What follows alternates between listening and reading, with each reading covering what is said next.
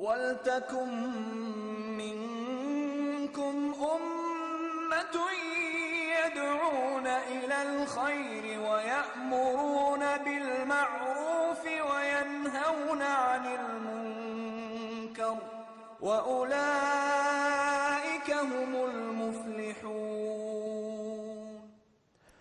بسم الله الرحمن الرحيم. الحمد لله رب العالمين.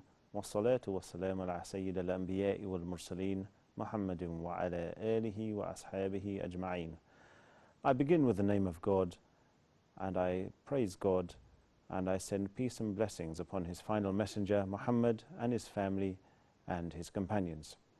Welcome again, dear viewers, to another in the series of advice of the day, and we're continuing talking about Ramadan and how to get the most out of the holy month of Ramadan. Now, I mentioned last time that too much food actually causes a problem for us in Ramadan, and unfortunately some Muslims do suffer from this, and that's why they don't get the most out of Ramadan. So we don't want to fall into that situation. So in Ramadan, our nourishment should be spiritual nourishment, nourishment based on Quran, based on prayer, based on dhikr, remembering God, based on reflection, and it should not be the nourishment of food and drink. So this is how we can achieve taqwa, which is God consciousness, in Ramadan, inshallah. And Ramadan should not be the month of eating or the month of drinking. Ramadan should be the month of the Quran.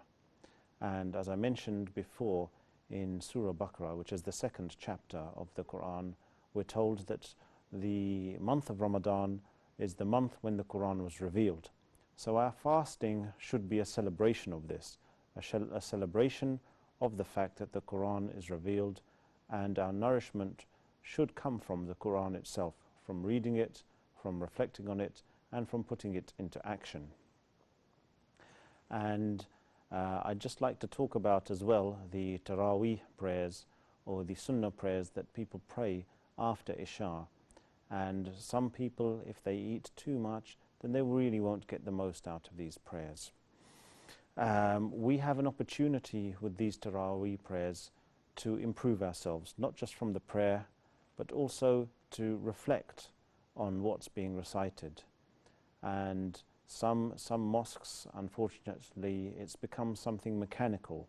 It's become something where the Imam recites really quickly, so you don't get what he's saying, and it's very fast, and some people can actually feel physically sick sometimes with all the fast movements and fast prayer.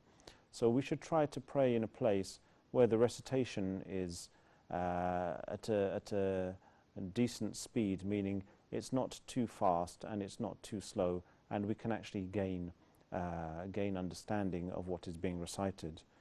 And with regards to the Quran and prayer, we actually have a great opportunity in Ramadan to improve our Quran, to improve our recitation of the Quran, to improve our knowledge of the Quran, whether it's from Arabic language or tafsir or anything else.